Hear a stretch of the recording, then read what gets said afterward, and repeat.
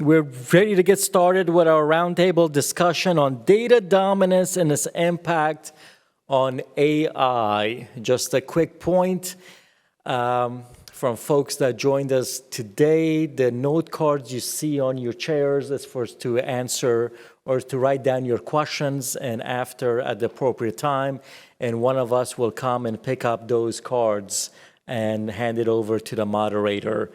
So the cards you see on your chairs, that's what those are for. And also, after this session, we'll not take a break, but just a quick a little timing for us to reset the table for the next panel for setup time. So we're pleased to have today with us today, moderator Dr. David Oakley, Academic Director for the Global and National Security Institute of USF. Dr. Oakley began his role as an academic director for the GNSI in 2023, where he oversees the GNSI's academic programs and activities, including the establishment of a master's program and a fellowship program that I spoke about yesterday. In his role, he also interfaces with a broader academic research network across the USF system, as well as key partners in US CENTCOM, US SOCOM, the military services, and other academic and government partners. And beautifully said, he interacts with our Tampa Bay family. Dr. Oakley has served in the U.S. Army as a field artillery officer and strategist in the Central Intelligence Agency's National Clandestine Service Directorate of Operations as a staff operations officer, and at the U.S. National Counterterrorism Center.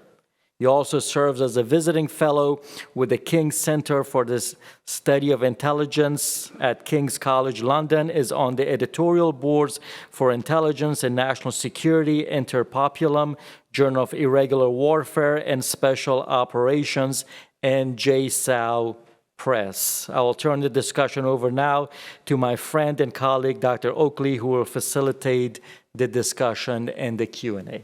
Please, Dave. Thank you, Adib. It's great to be here. I'm very excited to be the moderator of this panel. Looking forward to the discussion to show us the good and the bad of data dominance. Very privileged to be the part of the panel. The GNSI really grabbed three great panelists drawn from the executive branch, the legislative branch, and academia. The only thing they skipped on is the moderator, but the panelists are fantastic. And so let me turn to the panelists now and introduce them. To my right is Alexandra Seymour. She is the staff director for the Cybersecurity and Infrastructure Protection Subcommittee under the House Homeland Security Committee. Prior to her work on the committee, she served as a professional staff member on the U.S. Senate Committee on Commerce, Science, and Transportation. To her right is Mr. John Turner. He's the acting Deputy Chief Digital and Artificial Intelligence Officer for Policy at DoD's Chief Digital and Artificial Intelligence Office. Can you get that on a business card? Okay. Mr. Turner joined CDAO from the former office of the DoD Chief Data Office, where he helped build a network of CDOs and data leaders across 46 major DoD components. Finally, to Mr. Turner's right is Dr. Roberto Gonzáles. Dr. Gonzáles is a cultural anthropologist whose work focuses upon science, technology, society, militarization and culture, processes of social and cultural control, and ethics and social science. His latest book, which I recommend, is Virtually War, The Quest to Automate Conflict, Militarize Data, and Predict the Future, which was published by the University of California Press in April 2022. So thank you very much for being part of this. We'll go ahead and jump right in. You know, what we're looking for in this panel is more of a discussion and a dialogue to grapple with the issues of data dominance and the impact on AI. Once you take it from the perspective of not just competition and what we need to do to achieve data dominance, but some of the trade-offs for data dominance. So I'm a true believer that in any choice you make, there's consequences to this choice and there's advantage. So if we can really explore that. To begin the conversation, I'd like to turn to you, John.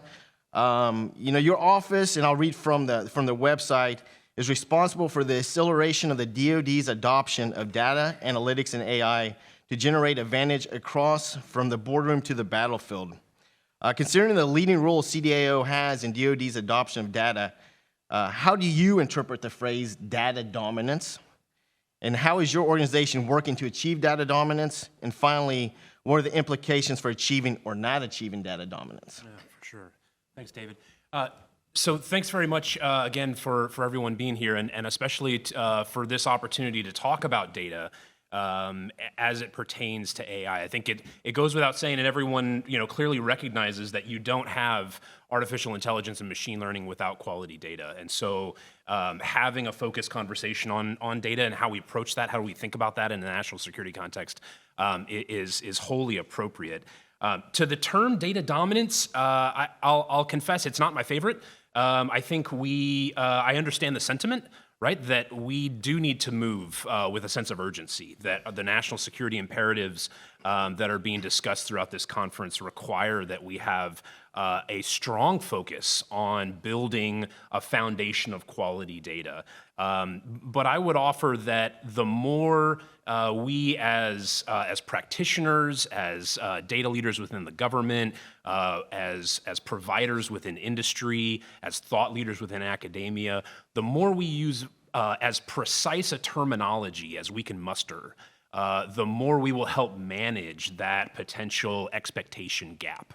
Right, and that expectation gap between what our leaders and our resource sponsors see in the private sector, and then what they expect to be delivered in terms of national security, there's a big gap that everyone recognizes, and the way that we help clarify where we are versus where we need to be and where we're going, and do that in a way that has precise language, I think it's to all of our benefits.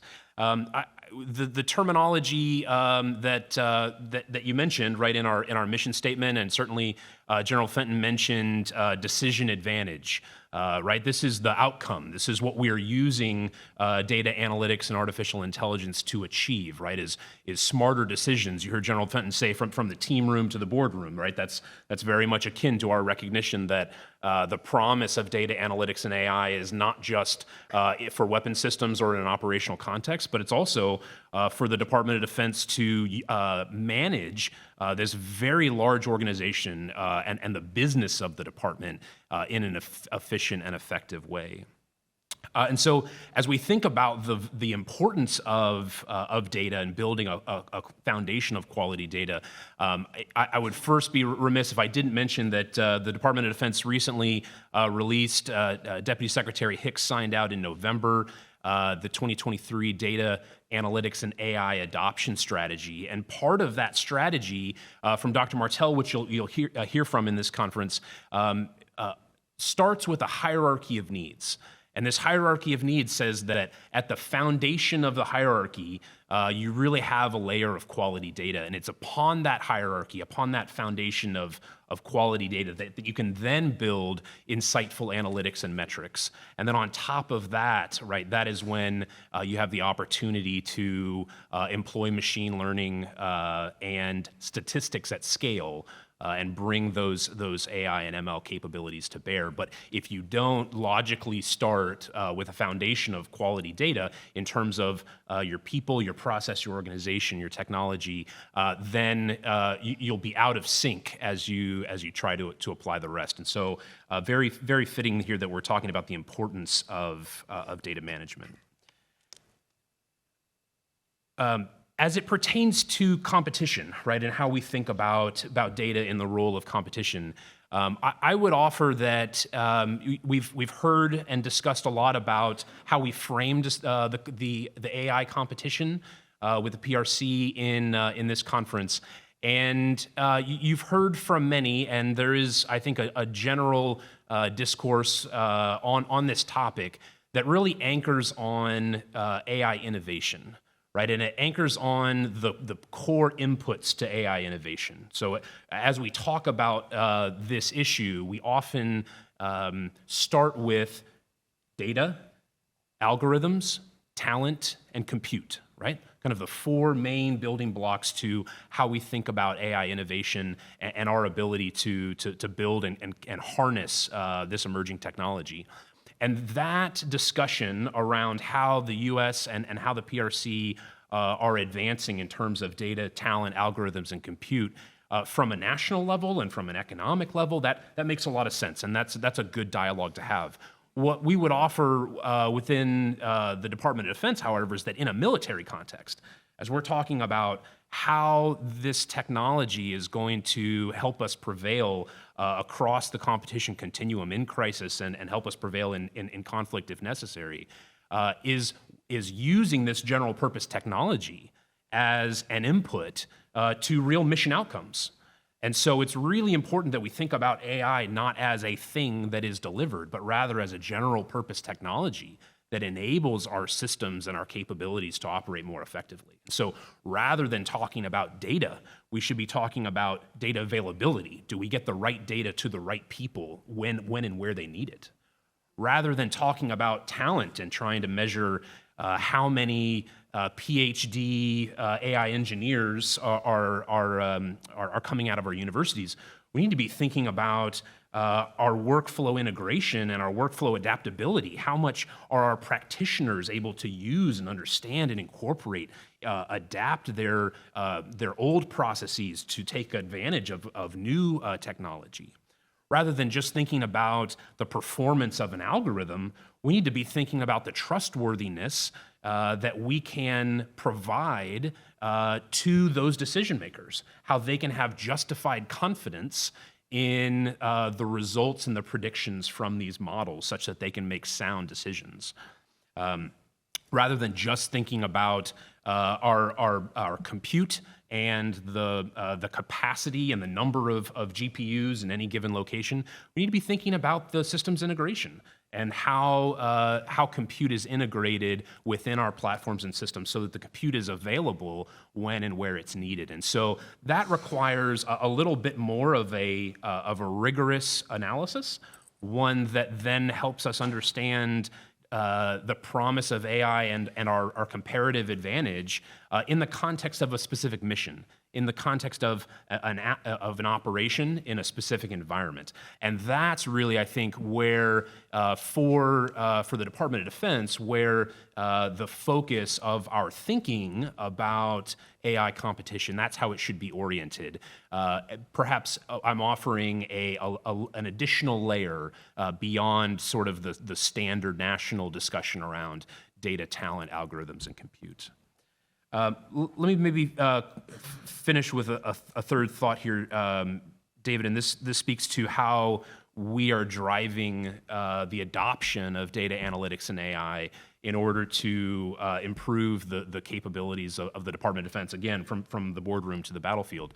And our approach, as outlined in the strategy, really speaks to, I think, what you've heard from a number of panels across the conference yesterday, in particular from Sky Moore and General Shanahan yesterday, which is really the emphasis and the priority on an experimentation-driven approach. So through experimentation, where we are working with data practitioners, technologists, and warfighters and mission users side by side, using real data on live networks and having leave-behind capability so that we iterate and integrate, that is the recipe by which we're continuing to mature this. Not stepping back, going into the back room and developing architecture and then bringing those requirements to be delivered in a number of years once the resourcing has been secured, but rather working with what we have to iteratively push forward. And so thinking about that experimentation-driven approach across the whole hierarchy of needs, from data, analytics, AI, and the enablers of experimentation and prototyping, talent management, acquisition reform, a lot of these core enablers that we have to focus on too, having that iterative and persistent approach of relentless incrementalism, I think, is what we really need to focus on.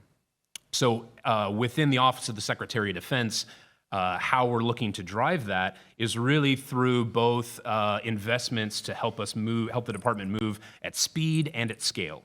At speed in terms of delivering specific capabilities for end users in the Pentagon as well as in the combatant commands, but also helping the department move at scale. So thinking about enabling digital infrastructure that helps PEOs and programs, helps builders leverage enterprise resources to help them go faster in a more coherent way. So that's, I think, probably a little bit about the importance of data, and how we go about thinking about the competition, as well as advancing our foundation of data to employ AI. Hey, thank you, John. With that, I'd like to turn to Roberto. You know, in your book, you capture, basically what sums up a garbage in, garbage out. And some of you are concerned with the reliability of data, and then also the people, the users of data, understanding and being able to judge that data. Yeah, well, thank you for inviting me here, Dave, and for the panelists, too, for being here. Before I get to that, I just want to start, because I am a cultural anthropologist, and as best I can tell, I'm the only one at this entire summit. And some of you may not even know what cultural anthropologists do. So what's the main part of my job description is observation. And there's this great T-shirt that says, anthropologist goes to zoo, watches people. Right, so that kind of sums it up in a nutshell. So I do want to start just with an observation before I dig into data. Yesterday's keynotes, panels, and fireside chat are, I think, good illustrations of a fundamental premise shared by many of the leaders in the Defense Department, but also in the tech industry. And it's the idea that the US and China are locked in an AI arms race or competition over data. That will determine the future of global geopolitics and the global economy. This assumption has, I call it really a grand narrative, and it's helped reinforce ties between Silicon Valley firms, which is where I happen to work in the heart of Silicon Valley, and US defense and intelligence agencies.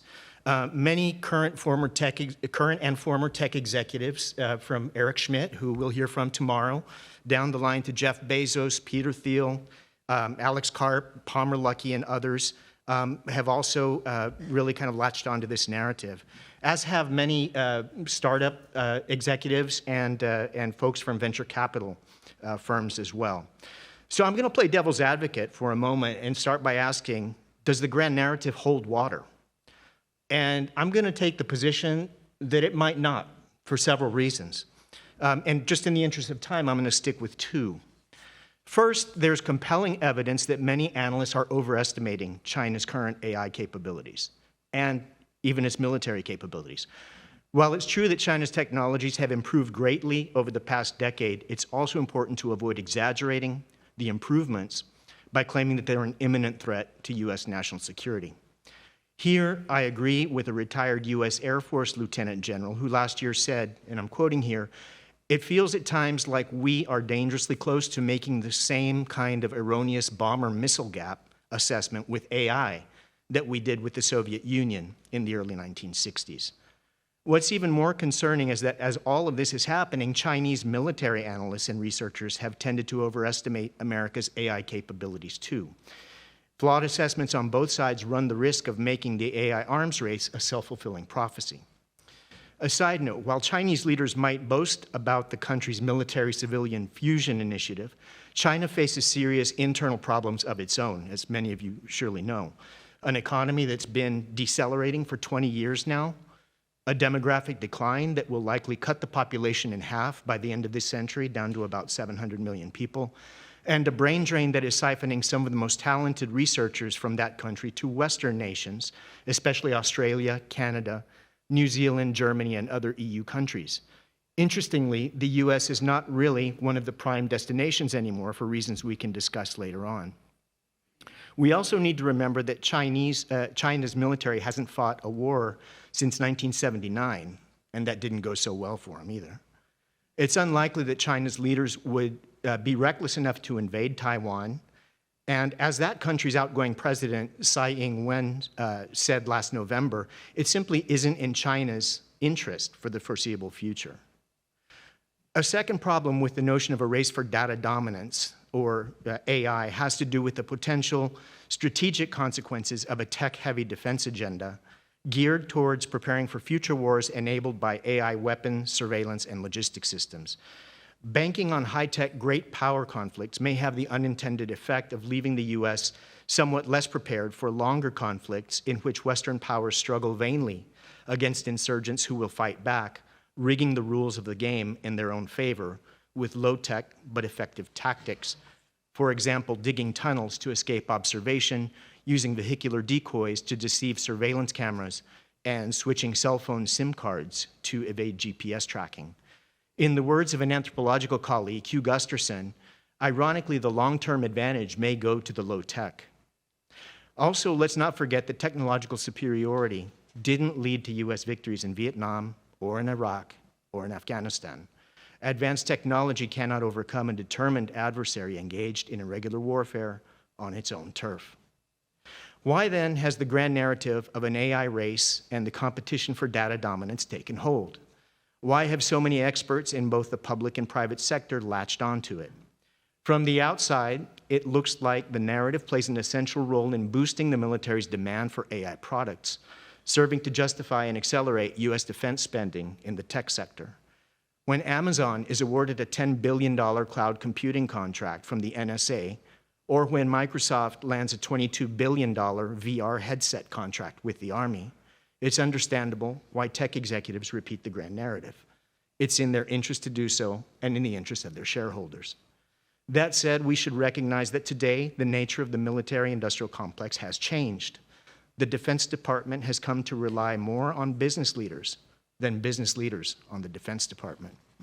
Among other things, the unwarranted influence that Eisenhower warned us about has helped the tech industry avoid meaningful regulation over data privacy and AI, in stark contrast to our EU allies.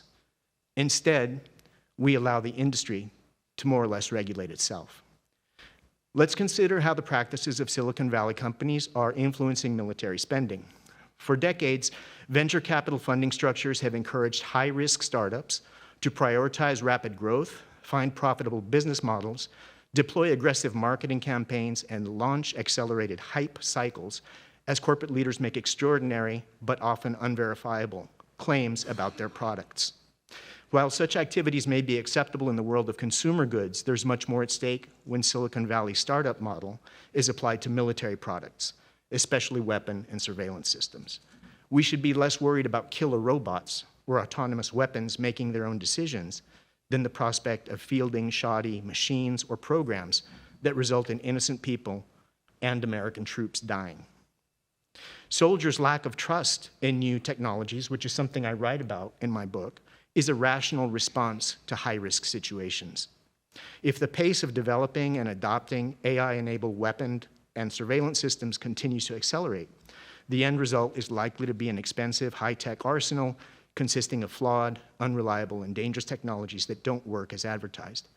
I was glad to hear several panelists yesterday talk about the importance of testing and evaluation, but I am concerned about the intense momentum and pressure to field AI-enabled systems when there are still so many limitations and risks.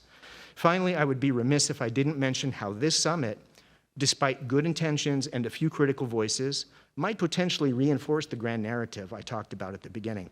For an anthropologist like me, it's important to understand not only the form, but the functions of gatherings like this one.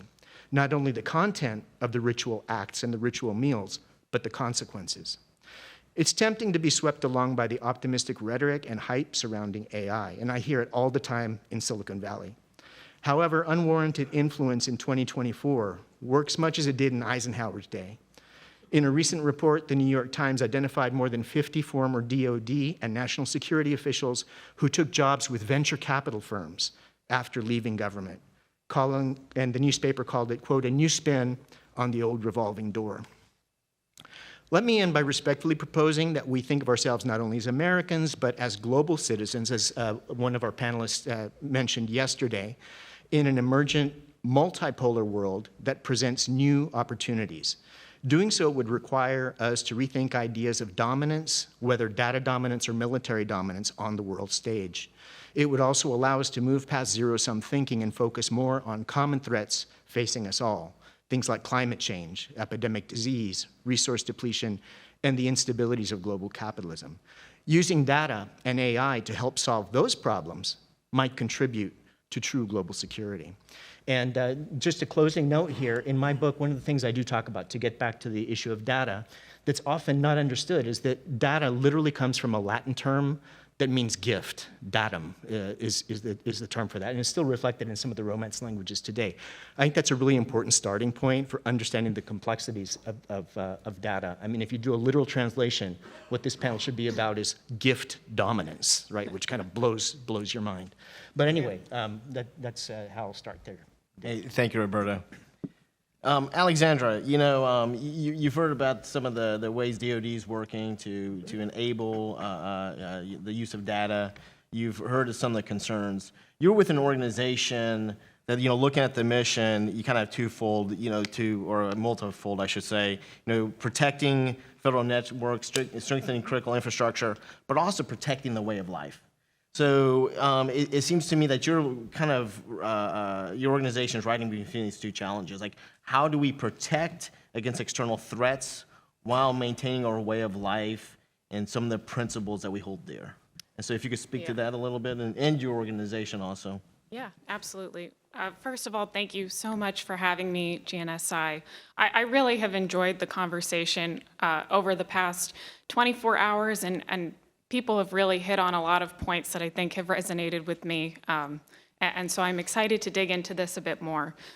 I think two things that I think I wanted to talk about with you all. So I'll answer your question first directly, and then I wanted to give you all a sense of how the policy talks are really going on the Hill. There's been a lot of also action at the executive branch level, where we've seen a lot of executive orders rolled out, and kind of how the Hill is reacting to some of those actions as well.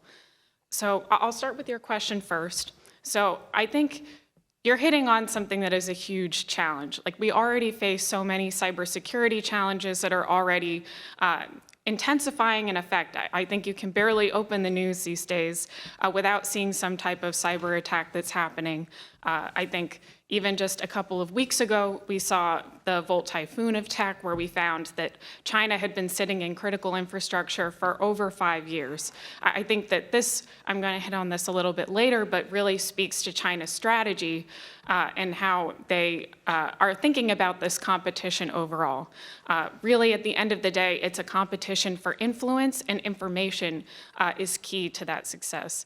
And so actually, that instance in particular was very different from others that we've seen, where it was this more persistent threat, where we saw China sitting and trying to gather information as opposed to, and pre-positioning itself.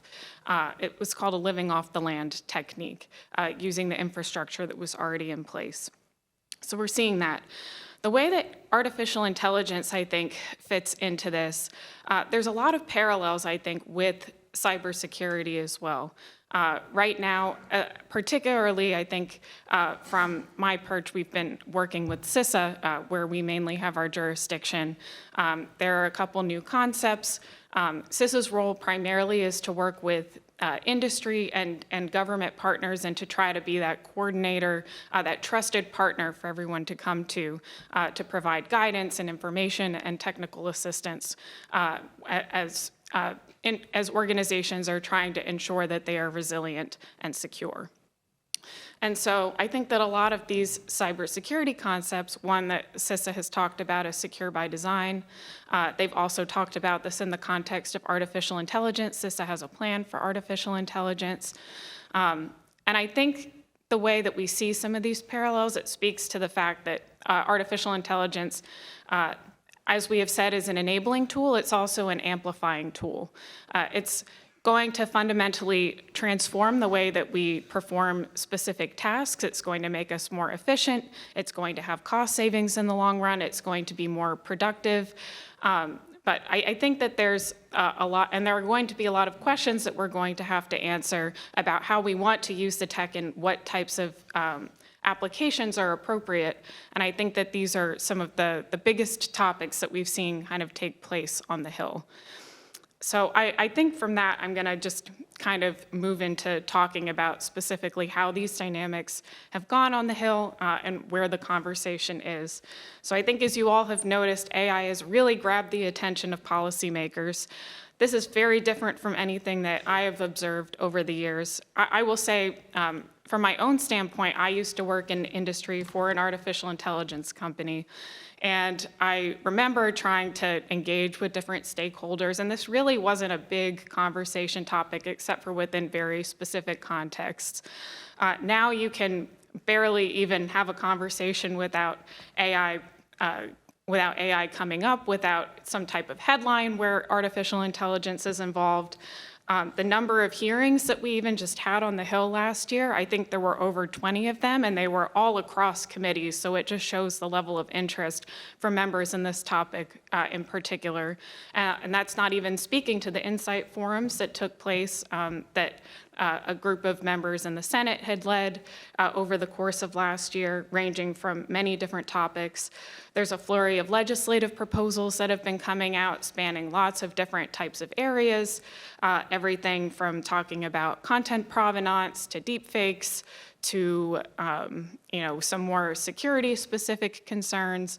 So I think it's showing that everybody is recognizing at the end of the day that this is a transformative technology that is going to impact every single aspect of the economy and our national security interests. So it is a very, very different conversation than we were having before.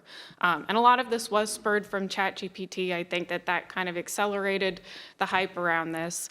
But I think that another part of it is also because the China threat is recognized. Now, it's not driving every single part of the conversation. I think that is underlying and recognize that we want to stay ahead of China. Anything that we do, we want to make sure that we are not slowing down our innovation. We want to be able to stay ahead.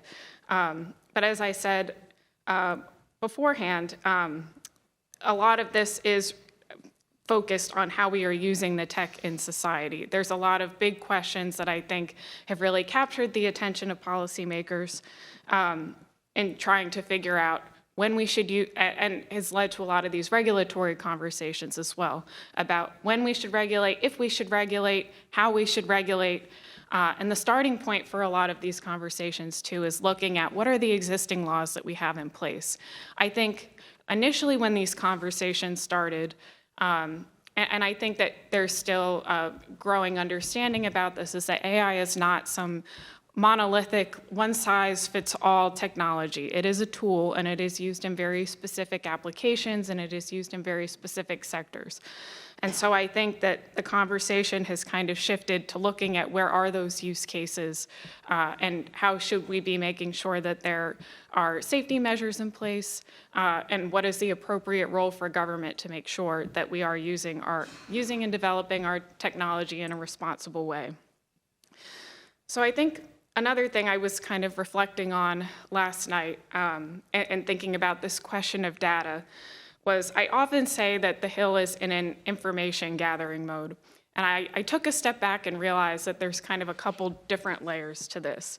So I think one is actually getting the data that we need to train artificial intelligence models. We need quality data, not necessarily the quantity of data that we have.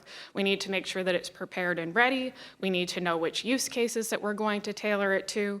We need to have access to data. This is also a big question, particularly for a lot of small companies who might not have access to the data that they need to show relevance for their products.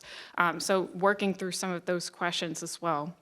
Then there's another part of it, which is getting data to ensure that we have responsible AI practices. I think that a lot of this has come out in a number of proposed reporting requirements or other types of proposals that have come out. Some of them were included in the executive order. Some of them, I think, are just actively being discussed about how industry should be communicating with government.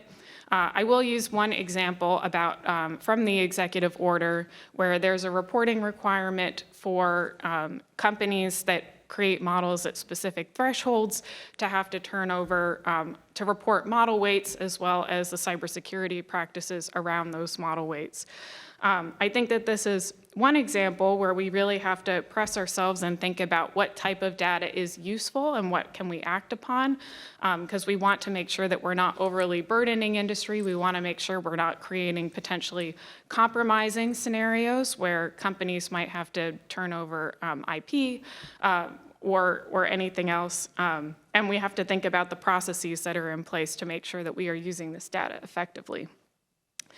And then I think that the last part of info gathering is just the general learning that is taking place on the Hill. I spoke to this a little bit, where I think that members have been and just broadly, I think within the policymaking community, recognizing that there is a big education gap and that we do need to understand that there are very specific use cases for these technologies. We do have to think through some of these societal questions about where we want to use it. We have to recognize, and I think we also have to put up, we talk a lot about the risks.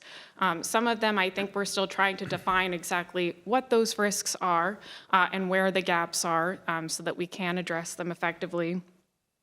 But I think that there's also an element to it of, I think as we're thinking about some of these risks that exist, is thinking about, again, the role that government wants to play.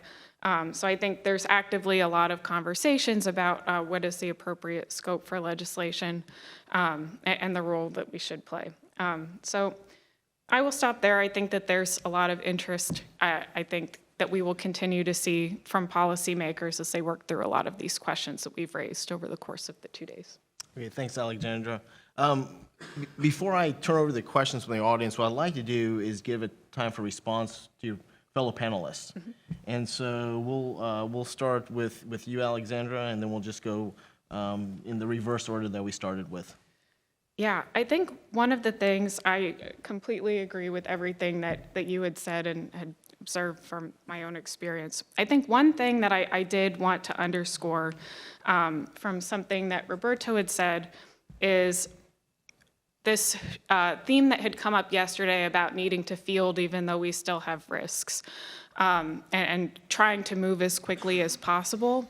Now, I think that we do need to take a step back and be smart about how we're developing these technologies. I do think that there has been a lot of work. I have been really encouraged by the focus on testing, evaluation, verification, and validation over the past couple of days, because I think we do need to pay attention to that. That is our best accountability mechanism, is to develop these types of methods and to make sure that they are integrated into the whole life cycle of an AI model. But I think one of the misconceptions that I think I see is it shouldn't really be this paradigm of we need to move really quickly and we have to compromise security at the same time. We do still need to move fast to field and adopt these systems in the sense that that is also part of the security process, because without adopting them, we're not going to be able to know exactly all of the things that are going to go wrong. It's like being able to predict every single scenario up front. It's why it makes this AI challenge so hard, because you can't just create some type of checklist in advance where you say, you know, my AI system is performing well against X, Y, and Z, so nothing is going to go wrong and I'm going to deploy it. And a lot of this is dependent on data, because sometimes we don't have the relevant data for the specific operational environment where we're deploying it. And so it needs to be deployed so we can detect those risks. So what we really need to focus on from that end is thinking about the back end for once we have deployed the AI models, is how can we rapidly respond and so that we can mitigate any of these risks that we do see. And I think that taking time to be able to observe some of these risks and the things that go wrong and figure out what works and what doesn't work. Industry also understands their technology and they have thought through some of these processes themselves. And I think that, and it's also how we've seen technology develop over time too, where things do go wrong. Of course, we want to mitigate that impact as much as we can up front. But I think we shouldn't have a hesitancy to field and adopt, because that is the way that we're going to actually get to trust and security. Hey, thanks, Alexandra. Roberto? Yeah, well, thank you. First of all, John, I really appreciate the kind of breakdown that you gave, because I'm in the process of just learning about what your office does. So I just found it really informative. Alexandra, in your case, I did have a question. You talked about the Hill being still kind of like an information gathering mode. Could you talk about a couple of maybe specific examples of particular kinds of AI where information is being gathered and what that looks like sort of day to day? Yeah, I think when I say like information gathering mode, I think we're still in, well, I think it's slightly shifting. I do think that there has been a big push for just educating members and staffers alike to understand exactly what it is and how we're approaching AI legislation and figuring out where it is. I think that the interesting thing, because a lot of this is still in, there have been some proposals that have been put out, but I think a lot of the activity we've observed from a legislative standpoint is actually happening at the state level right now, where there's a lot of bills that have been introduced in state legislatures. And interestingly, for our conversation about data, it's a very similar progression to how we've seen the data privacy discussion unfold, where we've seen we've still been working through comprehensive data privacy on the Hill, but we've seen kind of pockets across different states pass their own versions of that. So it's possible we could see some type of similar approach. But yeah, I think from the information gathering stage, I think it's figuring out exactly like what the gaps are for where legislation needs to be, what are the specific issues, and just fully understanding exactly. Yeah, I know in the Silicon Valley press, oftentimes there's kind of stories about how Congress is behind on understanding technology and that sort of thing. So I'm guessing a lot of what you're talking about is trying to get information about these really complex systems in a way that's comprehensible, right? Right, yeah. Right. And I think part of it is making sure that definitions are clear too, right? How are we defining artificial intelligence and AI system and other terms, because if you don't scope any of those right, you can have unintended consequences that you may not have meant to set forth. Alexandra, I really appreciate that you kind of foot-stomped AI as a general purpose technology that is useful when applied to specific use cases. And I think that's absolutely the way that we need to think about it. Roberto, you gave a lot of call outs to people that have had some, I think, very reasonable and appropriate and accurate kind of positions that you argue are kind of counter to the main narrative. I would add one to that list. There's a professor named Jeffrey Ding at George Washington University who has great work on this topic, and he riffs off of comments from Andrew Ng about AI being the new electricity, right? And I think that analogy is probably the most accurate, thinking about the comparison as electricity is a general purpose technology that in the early days of the Department of Defense there was a lot of interest in how are we going to use electricity as a weapon system, right? And that was certainly not the value, right? And the value was as the technology was diffused across society and then brought benefits back to the department in terms of communication, in terms of radar, in terms of all these other things. So yeah, I think really the foot stomp on general purpose technology is spot on. And I also wanted just to say I really appreciate sort of the critical eye towards the arms race narrative. I think that it's important for us to be careful there. Certainly you heard in the Deputy Secretary's remarks that the U.S. Does not seek an AI arms race with the PRC nor any arms race.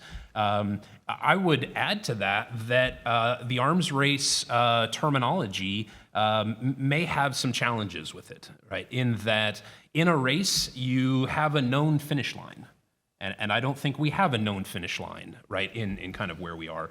And also going back to the general purpose technology and the value of AI as it is embedded into systems and processes that result in an outcome, in a race, you are rewarded based on the specific skill that's the subject of that competition. And I don't, certainly in the military context, the value that we're looking to create is not going to be measured exclusively by the performance of the model alone, but in how it is used by operators and mission users in the field, in context, right? And that requires a much broader, more holistic, view of the digital transformation that we're on, rather than just thinking about if we're building the better algorithm.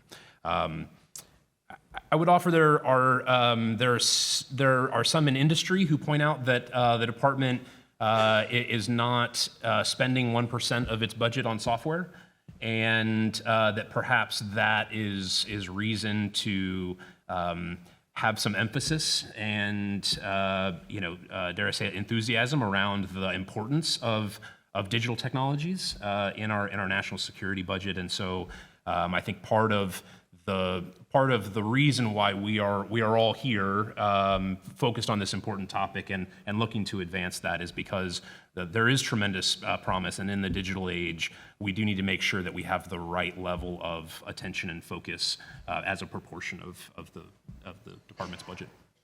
Hey, John, thanks. I wanted to respond to something you said or ask a question about the arms race. Would you have similar concern with the language competition? About there because the competition, you have a winner and a loser, just like you're doing an arms race. So by us talking about strategic competition, great power competition, are we creating the conditions to where we always evaluate where we are in the race against China or other adversaries? Certainly, the strategic competition between the U.S. and China, I think, has a number of aspects, right? And there are subdomains underneath that in which that competition is manifest. And so in that regard, no, I would not have a concern with the term competition. Now, do we need to specifically call out that there is an AI competition that is framed in sort of the national lens of data, talent, algorithms, and compute? I find that to have maybe less precision than is useful if we're looking at driving investment into the right capabilities for our warfighters to be successful. Yes, so I'm highlighting that the terminology that we use when we paint with too broad a brush may at times be counter to our objectives. Thank you. One other question, we're at a university and, listening to the panel talk, there's an aspect of educating Congress to understand data and that. Over the 2 days, I heard a human in the loop, and so whenever I hear a human in the loop, I also think, well, there's an education component, right? Because if it's just a human in a loop and they're just part of the process, then you actually give a false sense that we're doing something to mitigate risk, right? With that said, there's been a huge push I've noticed in DoD and other places for STEM education. As a liberal arts major, I kind of think to myself, are we underappreciating, the liberal arts and other folks who can, get to some of the issues that you raised, Roberto, about actually looking at the data and challenging the data and not just appreciating the technology. So my question is, what is the right type of education for that person in the loop and for us to understand the risk inherent in the technology involved in data dominance? Sure. Yeah, it seems like that would be up my alley. One of the things that I constantly have to remind students at my university is that data isn't just numbers, right? I mean, that's one form of data, quantitative data. But what we anthropologists do is cultural anthropologists collect qualitative data, which is really important for making all kinds of assessments. And it's much more subjective, obviously, but it's really important because you can have all the quantitative data in the world, but you're still not going to have anything that's meaningful unless you've got the critical eye to make sense of it all. I've got, there are anthropologists working in the military universities that I think are trying to do that work of giving students at those institutions that kind of qualitative data experience and understanding. So yeah, I think there's a big role for the humanities in general, for social sciences certainly, whether it's anthropology or psychology, to really make meaningful sense of the data that's out there, the quantitative data that's out there. Alexandra, John? Yeah, David, I'll jump in. I think what you're hitting on underscores the importance of thinking about human-machine teaming, and that it's not just about the technology that we deliver, but it's also about how the human interacts with that technology, again, to get after that outcome. And so there's a lot of great work in the academic space and in the research space within DoD to think through those dynamics of human-machine teaming. And so we can't lose sight of that, right? And so certainly within CDAO, we're focused to a large degree on those technical skills, right? How do we provide baseline digital literacy across the total force? How do we ensure that the world-class training and education resources are available to practitioners? And how do we ensure that senior leaders and general officers have the right digital acumen to drive investments in the right type of technologies? Because that is really commander's business and not just something relegated to, to the IT department. That is a principal focus of ours, but your comment about the dynamics and the type of education that needs to be adjusted and updated in light of the pervasiveness of this technology is really spot on. Yeah, I think I'll add on to that. I think there's also almost a branding element to this when we talk about STEM, because I think that oftentimes people who are not very technically minded, they think that there's a very high barrier to entry to be involved in the STEM ecosystem because perhaps they're not interested in, mathematics or computer science, but their perspective is also needed to get at some of these problems. And I don't think that's, from the ground up, starting K through 12 all the way through universities. I think it's just something we have to think critically about how to enhance that exposure, to bring more people in to talk about these issues and to show that you can be involved even if you're not the one who's sitting there and doing the coding. Because I think that there are, as we've been talking about, beyond just the technical challenges that we face in developing these tools, we have to think about the more important thing is where we want to use them, and that is going to have societal impacts. And I think there's another end to this too, that we do live in a very technologically advanced society where we're using technology every single day. It's integrated into our daily lives. And so I think also just from a young age, getting everybody comfortable with using those technologies and figuring out how to best use them to enhance their own productivity and to leverage them and harness them for all the benefits that they can bring. I'd also like to encourage the audience. You had a great article on War on the Rocks a year ago where you talk about micro-credentialing and some ways to think about different approaches to education. So recommend that article. Some questions from the audience. I'm going to try to tie them together. The first one is, how is the U.S. government ensuring that the data it purchases from industry is ethically collected? And does that put us at a strategic disadvantage as our adversaries don't share our ethics? And then, along with that question, there's a question that focuses on national and personal security related to stuff like Ancestry.com, 23andMe, and the threats that poses to security. So if you comment on both the ethical aspect and how that advantages us or disadvantages us, and then some of the security issues with 23andMe and the data being out there. And so, John, I'll begin with you. Sure, yeah, I'd be glad to start. I would offer that, and this is something that the Deputy Secretary has said in her remarks on AI, that the U.S. will prevail here, including in the AI and the technology space, not in spite of our values, but because of our values, right? So it is. I think it's perhaps missing a bit to say we're going to have to struggle against our own values, that we won't collect on U.S. persons or violate privacy or do all these things in our national security objectives, and so we need to overcome that. Rather it is because of our American values that we will have the society that can responsibly build these capabilities and have the trust in our nation and in our warfighters to use them and use them well.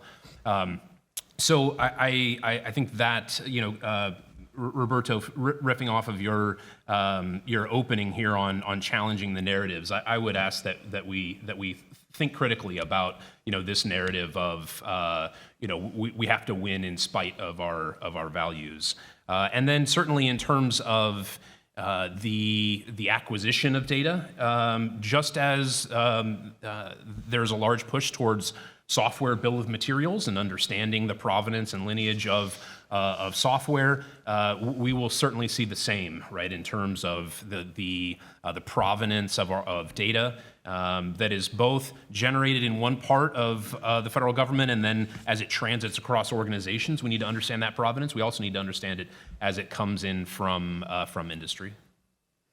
Thanks, John. Alexandra, Could you touch a little bit on how Congress is looking at I know you talked a little bit about the legislation and the ethics, and in the approach. What I think about is, GDPR in the EU and their data protection that they've imposed at the broad EU level.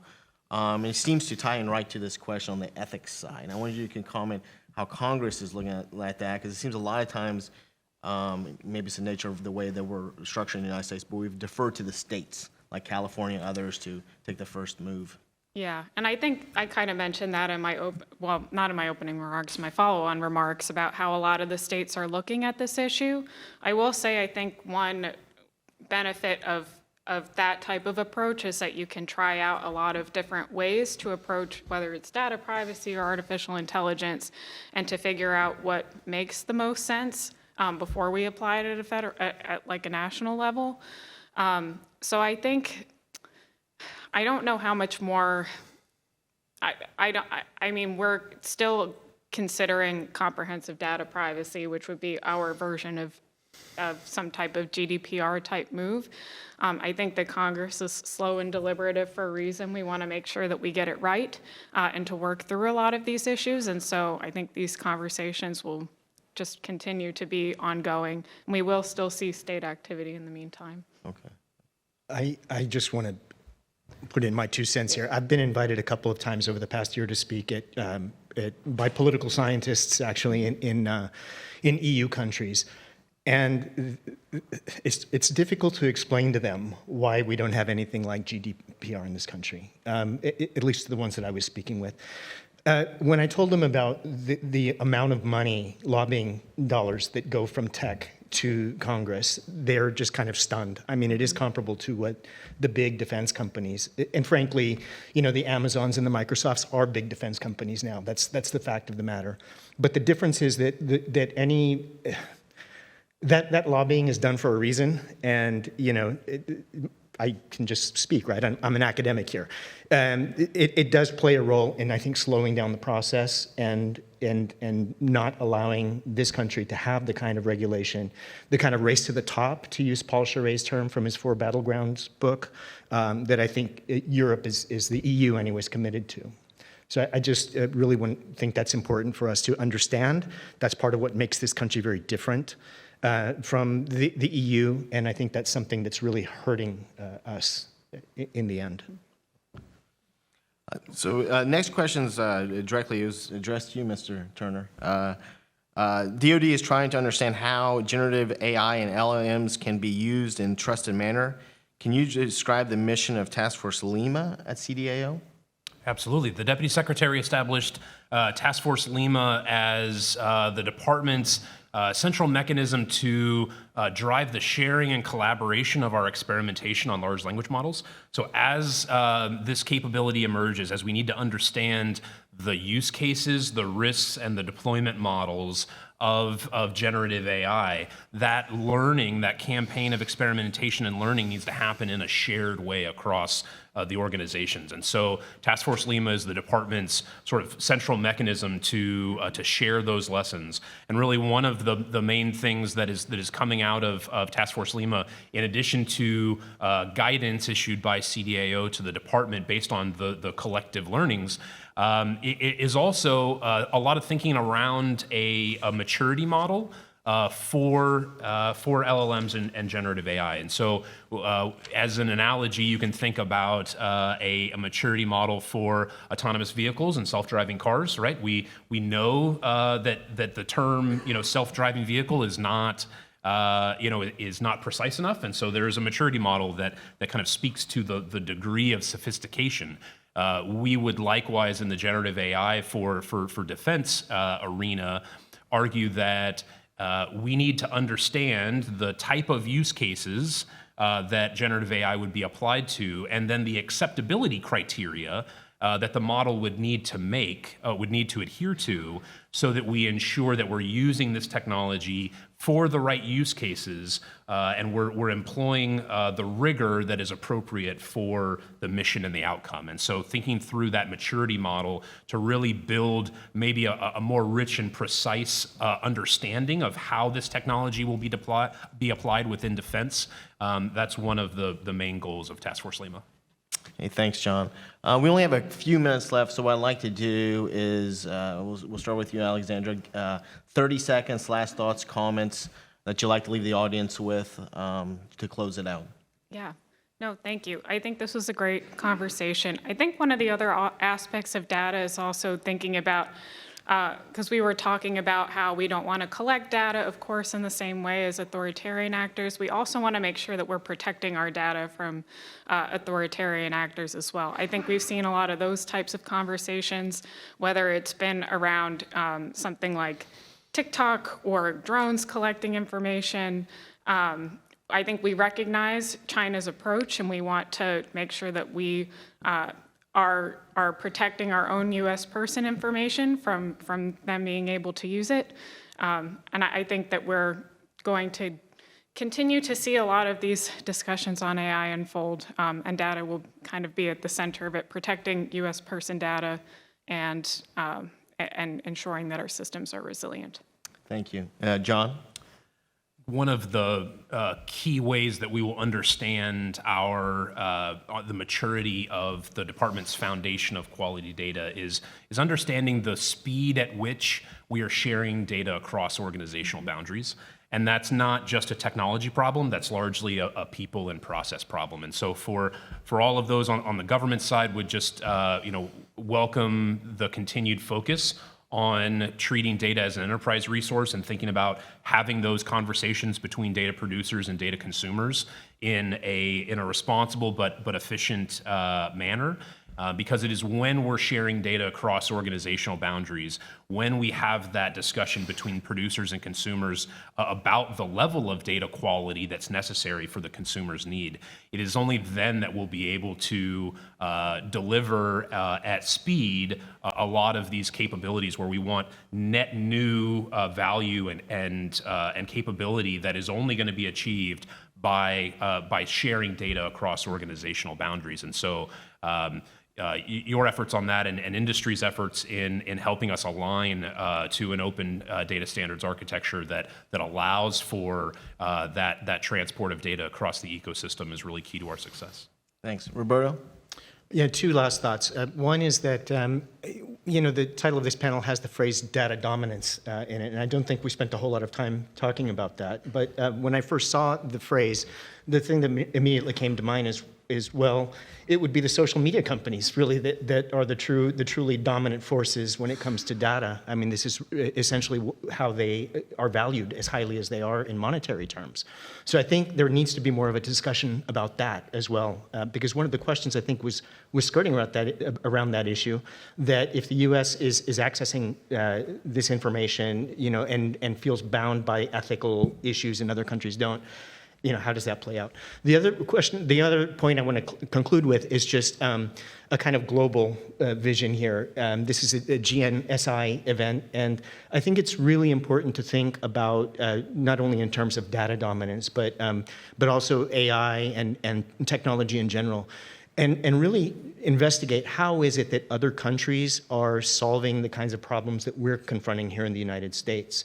And one of the things that's been really rewarding to me as an anthropologist is it's given me the opportunity to travel to different parts of the world, to live years of my life in other cultures, and the creativity of other societies and the way they solve things, often with far fewer resources than we have, is really inspiring.